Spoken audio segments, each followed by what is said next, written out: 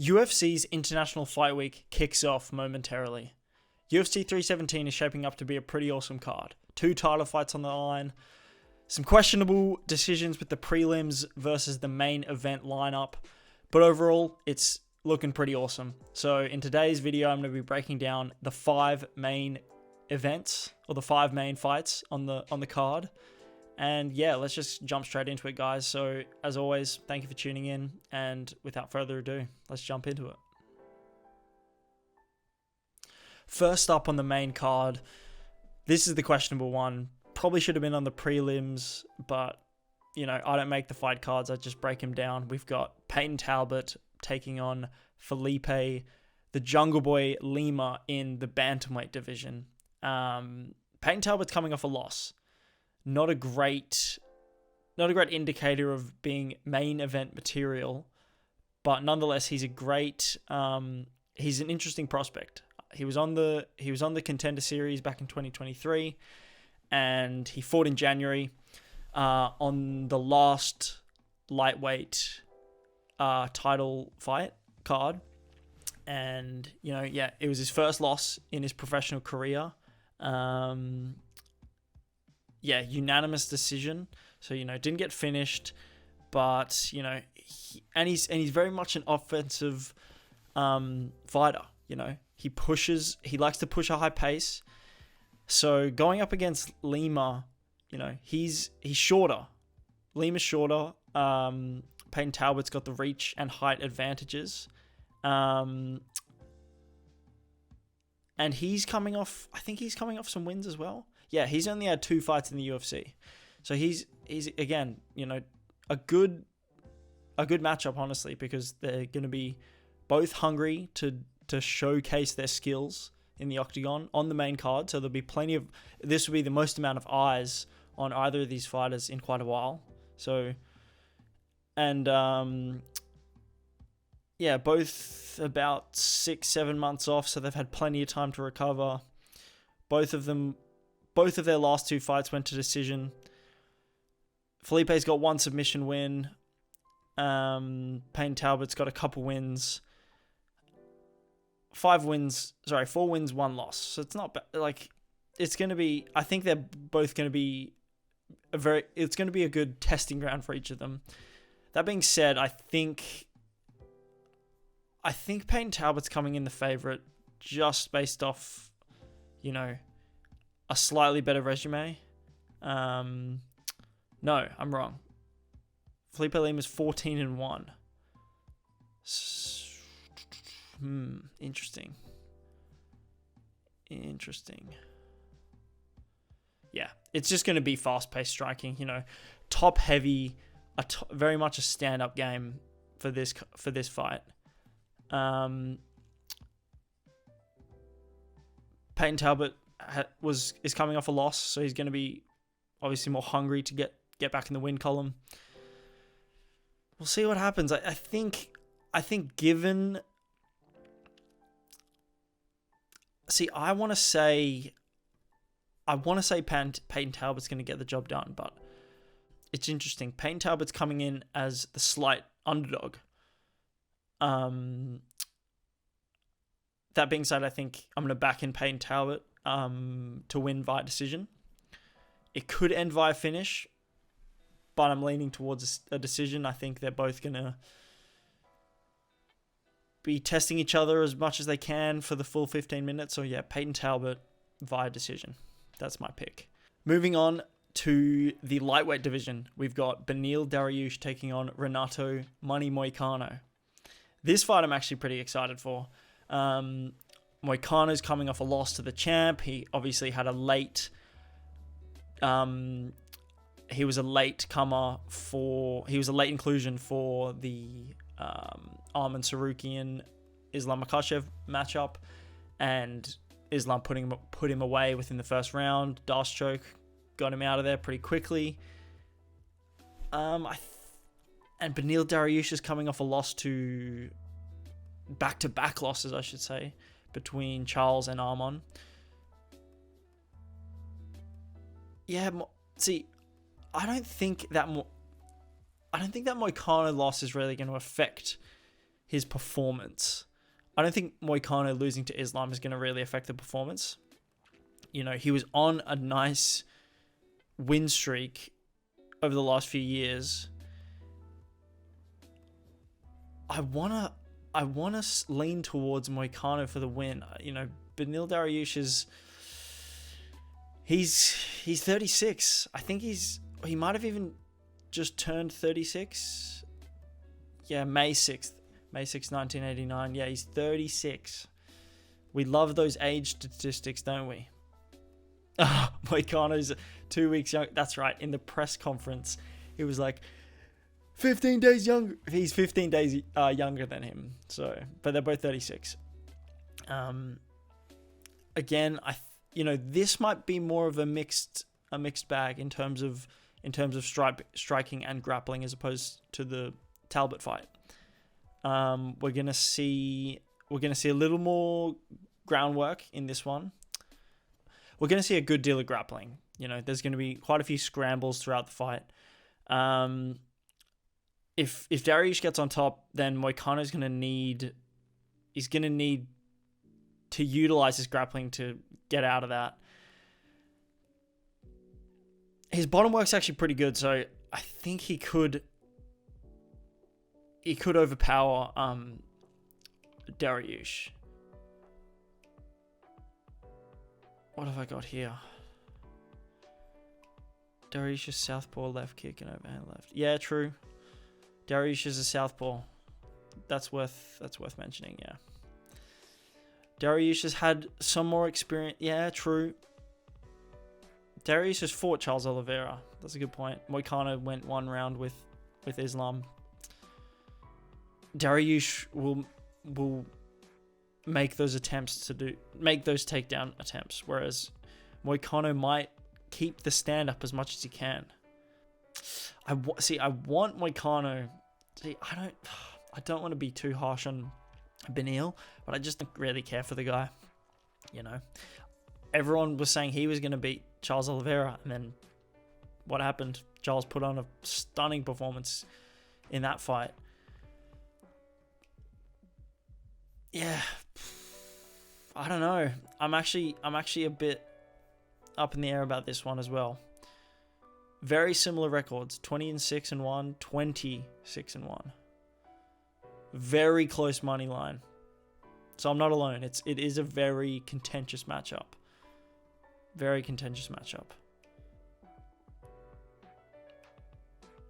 I'm gonna go with my gut. I think Moicano's gonna get the job done. Might be another decision, but Moicano might be hungry. He might have that last bit of drive in his. They both could. I think Monty Moicano's gonna get the job done. Another decision or a late submission. I think that's the likelihood. So yeah, Monty Moicano via decision or late submission. There we go. But a good matchup. I'm actually excited for this matchup. So we're going to move on to the flyweight division now. We've got the number 1 contender, Brandon Royval, taking on the number 12 ranked flyweight, Joshua Van. And this one is an interesting matchup too, because again, the odds are so tight with this one as well. Nearly neck and neck, despite Brandon being the number 1 contender. Like 1 to 12 is a big gap. Not so much for the flyweight division, but it's still worth noting. It's still worth considering, I should say. Yeah, I'm interested to see how this fight goes, because Dana said in the press conference that the winner of this fight will get the next shot at the title, which isn't surprising, because as I consider the bell curve of the UFC weight classes to be a big factor. Flyweight and heavyweight. You know, heavyweight's got its own situation going on. John Jones is retired. Finally, we're clearing out the heavyweight division. We're going to have a nice Tom Aspinall reign, hopefully. But in regards to the lightweight division, the flyweight division, again, those the bell curve is considered in terms of the flyweights matchups are very quick in terms of turnaround. Because Alexander Pantoja this is his 4th title defense. He hasn't cleared the board in terms of the top 15 rankings, but like it is difficult to find a matchup for him. Look at Kai Kara-France, who got the title shot.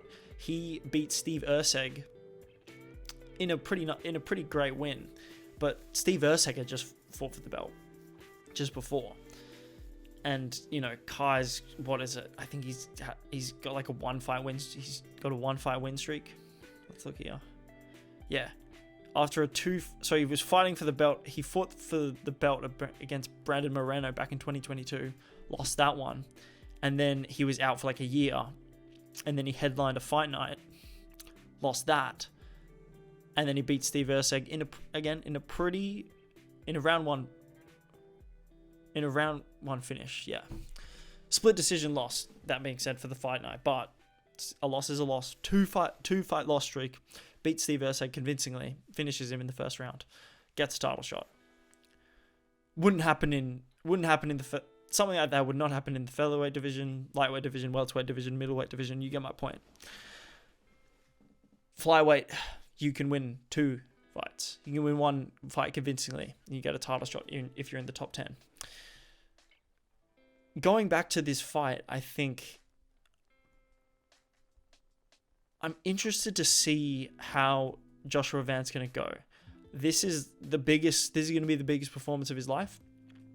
Brandon Royval's already fought for the belt, and lost to Pantoja, of course. I think that was his first title defense. I'm not 100% sure. I can have a quick look. Yeah, first title defense. Beat Brandon Moreno. Loves a good Brandon fight. And then, of course, yeah, beat Steve Erceg, and then beat Kai Asakura. That's right. So yeah, 4th title defense. So Brandon Royval's would be a more experienced fighter, so I'm interested as to why the money line is so tight. There must be a reason for it that I'm missing.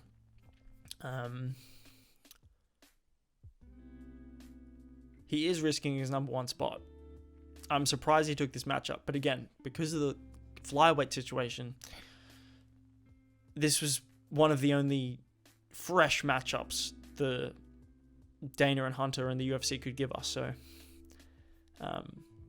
true, Joshua Van is very young, 23 and 5'5". So Brandon Royval's 5'9". For flyweight, that is impressive. Yeah, and Joshua Van's on a 4-fight win streak. That is worth considering as well. And he fought in June. That's right. He has a 1 month. He's had like a 3-week turnaround, which is crazy. That could very much play a factor. That could be a factor that not as many people are considering. I think that could play more into than we think, because he went to the 3rd round in that fight. He took a bit of damage, so I think Brandon Royval. I'd see. Obviously, the UFC are thinking, okay, we need to give someone in the top 15 that hasn't fought for the belt yet a chance to get to a title shot.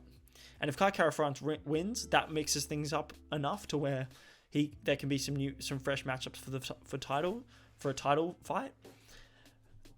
I'll get to my predictions for the Pantoja Kai Kara-France fight, so I won't spoil it yet, but obviously that plays a big factor in the flyweight division, and for this fight too, because if Pantoja wins and if Royval wins, that'll be a rematch, which I think Alexander Pantoja would win that anyway, but who's to say? That being said, I do think I think Royval's going to get the job done. I think he's going to finish. I think he's going to finish Joshua Van in the 2nd round. I think he's going to TKO him. Yeah, he's got a high significant strike rate. I think he was supposed to fight earlier in the year, but he didn't. Let's have a look here. No, yeah, he fought on he headlined the fight. That's right, he headlined Fight Night back in October. Split decision. And he beat Brandon Moreno at the start of the year. That's right. Yeah, Brandon Royval for the win. Second round, TKO. He is fighting a younger, hungrier guy who's on a quick turnaround.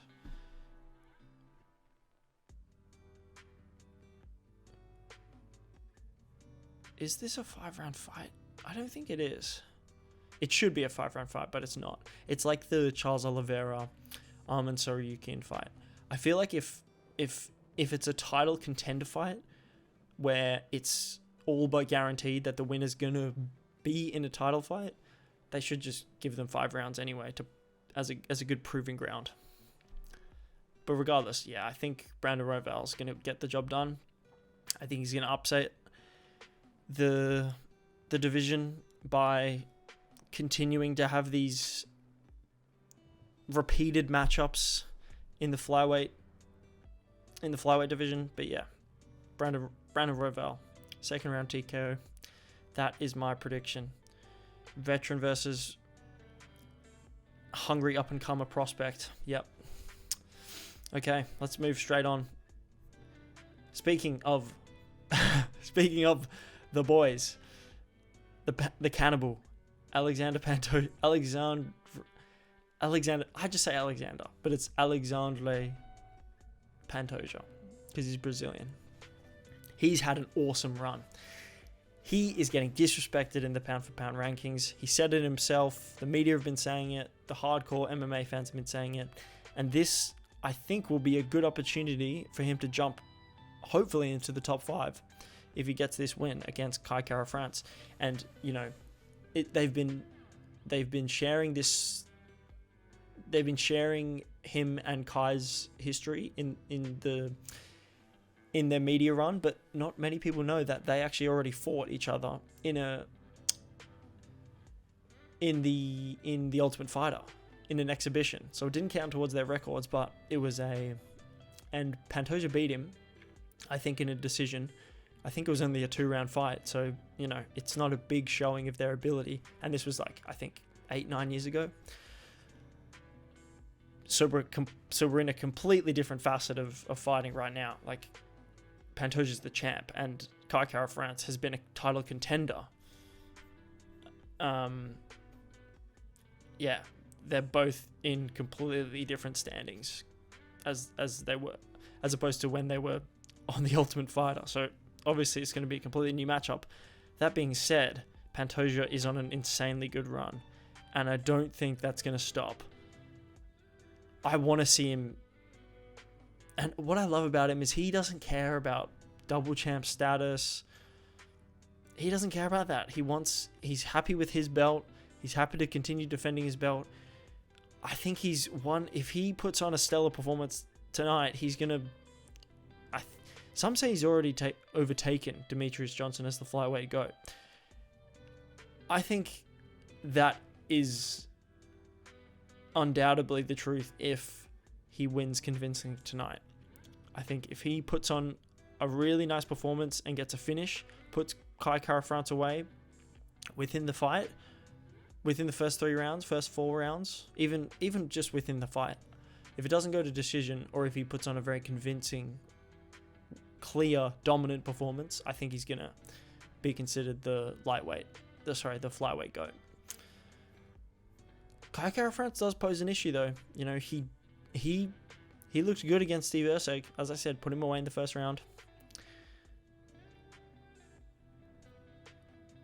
Yeah, he's been emotional in the lead up. I've been watching a bit of the Embedded episodes, and he seems really passionate about this win. You know, we have a lot of Australian and New Zealand champions in the scene. You know, we've got Volk in the featherweight division, and we've obviously got Jack Della in the welterweight division. So adding a third ANZ champion would be pretty cool. I just don't know if he's capable. I just don't know if Kai Kara France is capable. Yeah, he's on a 7-fight. Oh, shit, my bad. Yeah, he's already beaten Brandon Royval twice, so it'd be a trilogy fight. See, I think in the ideal world, UFC wants Kai Kara France to win, and they want, we talk about, is the UFC scripted? No, it's not. But, in an ideal world, Dana would love some fresh matchups for the flyweights. So that was to my point before about Joshua Van. They gave him a title contender fight for a fresh matchup for Pantoja, basically, or for Kai Kara France. So yeah, fourth title defense. He put on a really great performance against Kaya Sakura. Again, more to my point, they brought a flyweight in from another organization to mix up the flyweight division, because not to say the flyweight division is boring or dead, but they needed to pull a card like that to get a fresh matchup. That doesn't happen very often.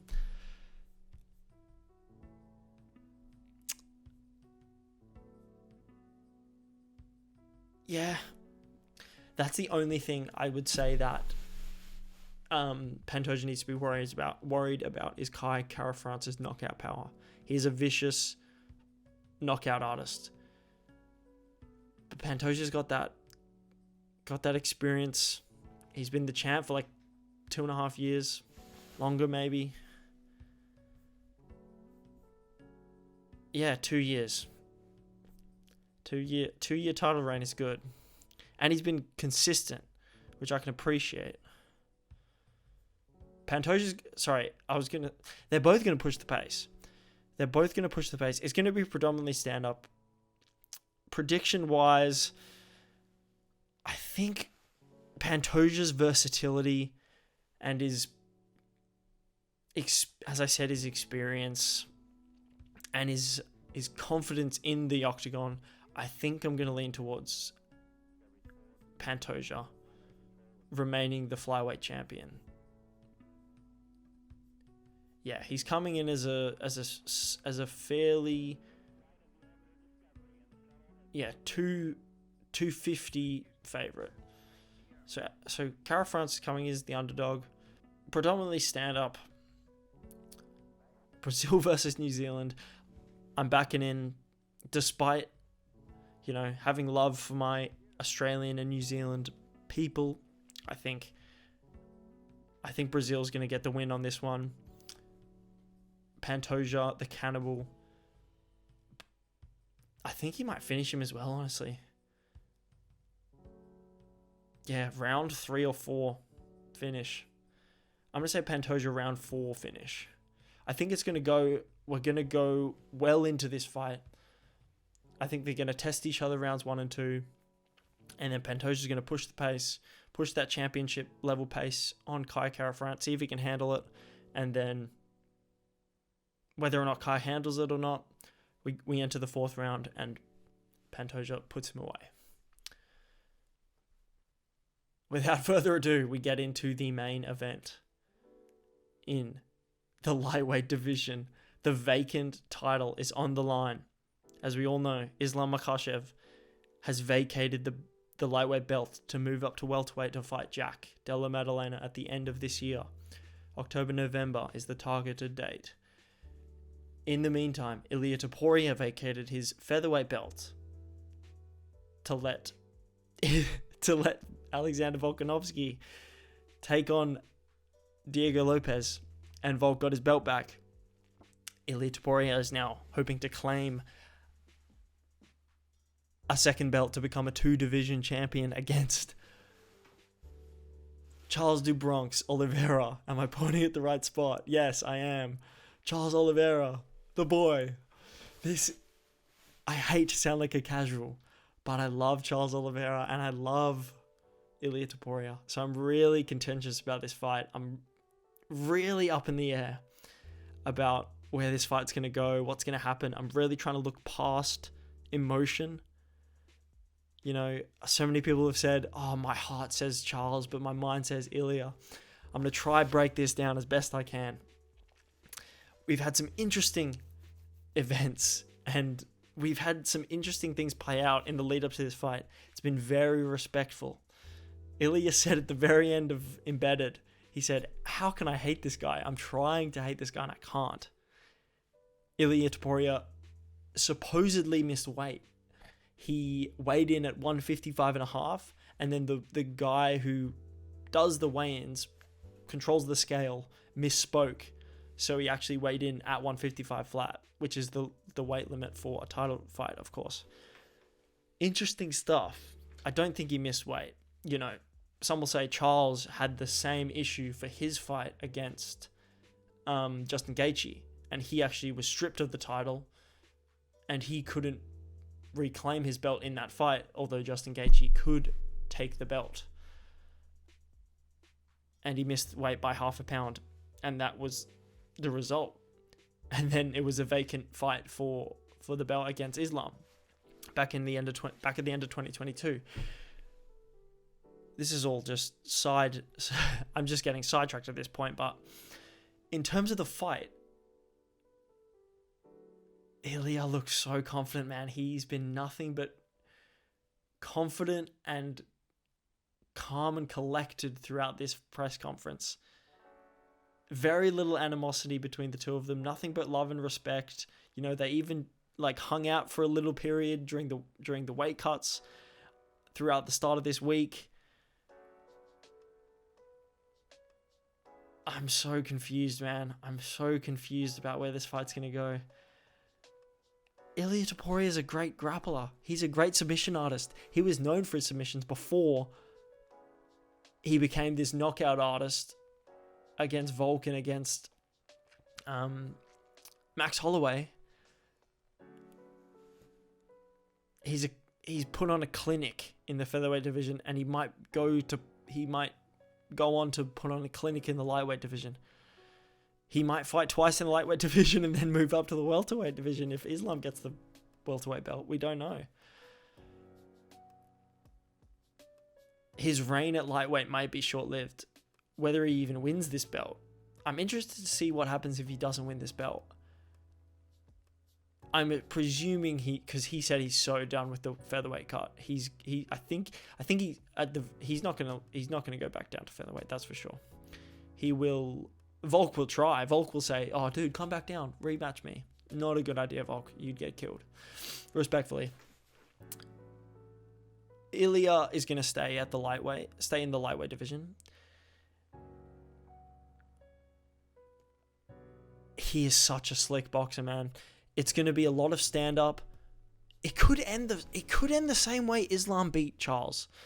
It could be Ilya could put a slick combination behind him and get Charles on the ground, and then we panic as fans, but then realize, oh wait, Charles is a good with Brazilian Jiu-Jitsu. He's gonna play the bottom game really well, and work Topuria on the ground. Topuria doesn't like going to the ground. He says, "I like the stand up because it's less tiring on me. You know, it's so exhausting doing groundwork for 25 minutes. Why not stand up? He feels more comfortable on his feet." If he puts Charles to the ground, he might not follow him there. He might let him stand back up. Or he could put some work in and submit Charles Oliveira, which would be insane. I don't think that's going to happen. I think Charles is capable enough to go toe-to-toe with Ilya in the groundwork. He's going to get outstruck. I don't think Charles is going to maintain composure on the feet. I don't think that's going to happen. Charles is going to struggle on the feet. Let's be honest. He's a good striker, don't get me wrong, but against Ilya Topuria, it's going to be a challenge for him to outstrike him, outwork him on the feet. He does have a reach advantage. That is worth noting. He's got the height advantage on him, 5'7". Ilya Topuria was wearing platform shoes in the press conferences. We saw that. Very interesting in the social media realm where there was a lot of AI video coming out.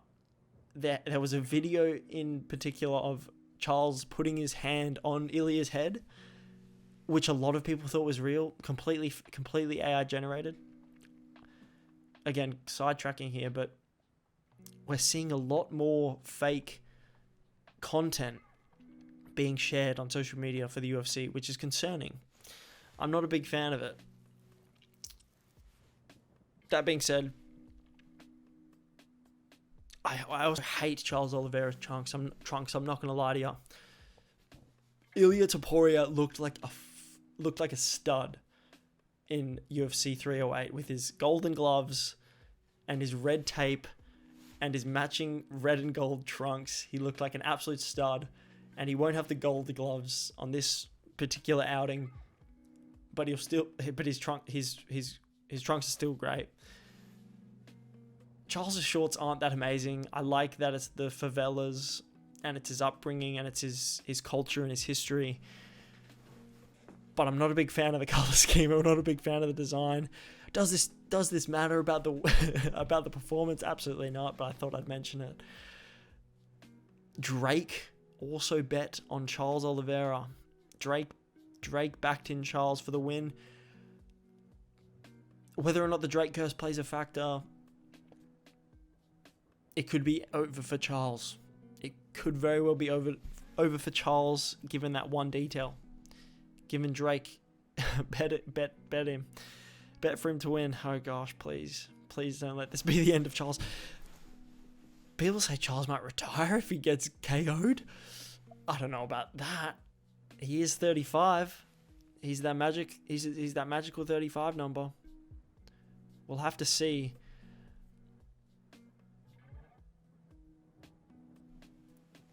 Ilia has said that he feels extremely good at 155. Arguably, this was his weight class from the beginning. He always made that cut to featherweight, and now that he's he's been so accomplished at featherweight, he can now be more comfortable at 155. He's fought at 155 once before. I feel like I should mention that. I think it was like a late change up to a card from a couple years back. What was it? Jai Herbert. That's right. Back in 2022, that was a lightweight fight, and he put Jai Herbert away, KO'd him, and then he went on that. He submitted Bryce Mitchell, unanimous decision against Josh Emmett, 10-7'd him in one of the rounds, ridiculous. And then, of course, KO'd Volk in the second, KO'd Max in the third. Might KO Charles Oliveira in the first round, guys. It could be over. The Dubronx dream could be over. He might never lay his hand on gold again, which I hate saying, but it's certainly a possibility. Charles gets rocked, man. Charles gets rocked, and it's so stress-inducing every time. And ever since he got rocked and then immediately got subbed by Islam, I'm like, oh, this guy can't do it anymore. He can't hack it. And he went to a decision against Michael Chandler. He's getting a title. His last win was against Michael Chandler. That's not great. I love Michael Chandler. He's one of my favorite fighters, but going to decision against Michael Chandler is not something you should be proud of. It's not. Let's be real. And he got brutally battered in the back of the head in the 5th round of that fight, which was disgusting to see, which I hope hasn't affected him. You know, he seems all right. He said in the ceremonial weigh-ins that he feels perfect. He feels amazing for this fight, which I hope is all true. Hope it's not just confidence and trying to appease fans with those speeches. They've both vowed they will finish each other. They have both said they're going to knock each other out.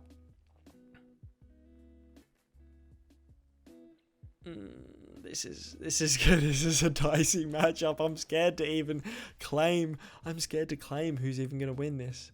I'm scared to make a decision.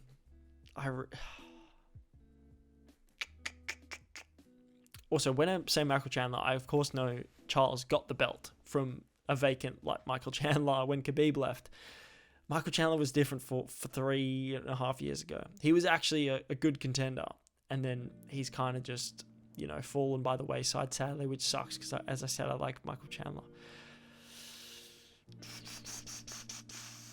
Arman Sarukian sitting in the mix. He weighed in at 155 as the official backup. I don't think he's going to be needed, which sucks. Rumors him and Dan Hooker might face off in the Perth fight night, which would be awesome. I'd love to attend that if that were to be the headlining fight. Let's not stray away from the purpose of this video.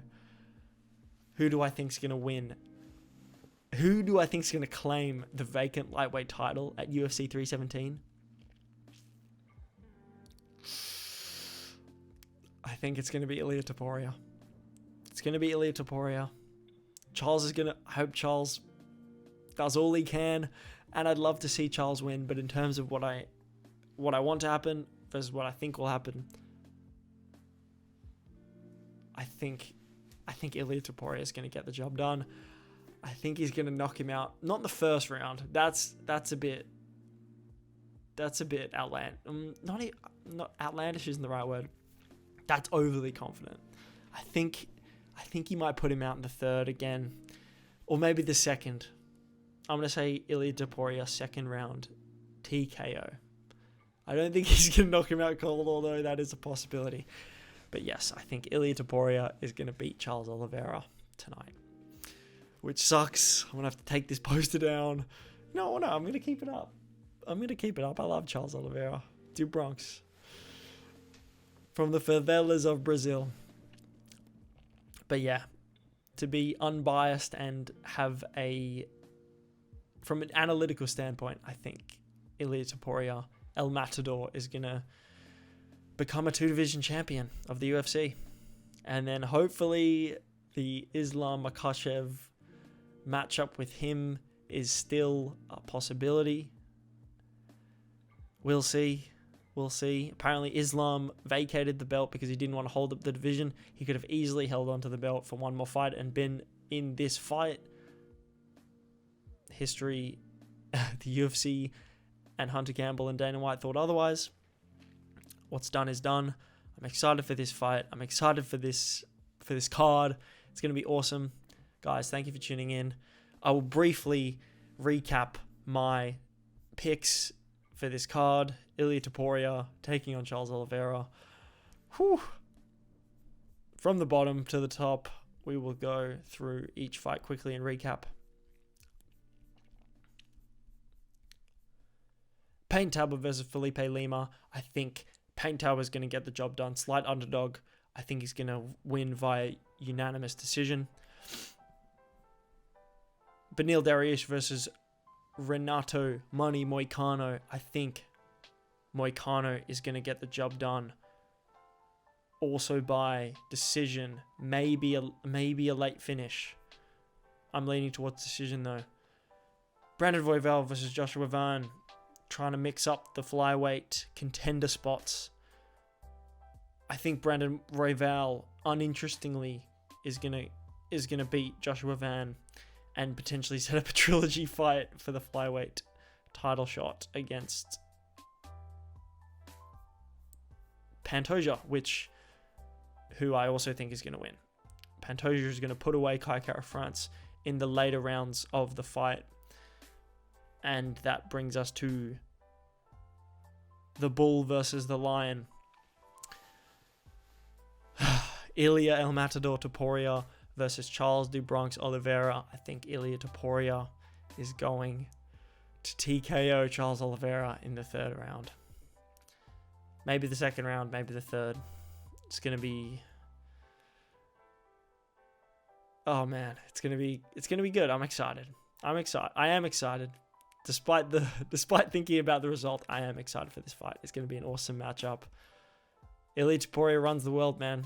He's killed it in just the last year and a half. He's absolutely killed it. Nothing but respect for both these guys. They're absolute warriors. They're absolute gentlemen. I love the respect factor that these two bring to the octagon. It's not about... They're not enemies. They're just opponents. And with that, I will leave you guys.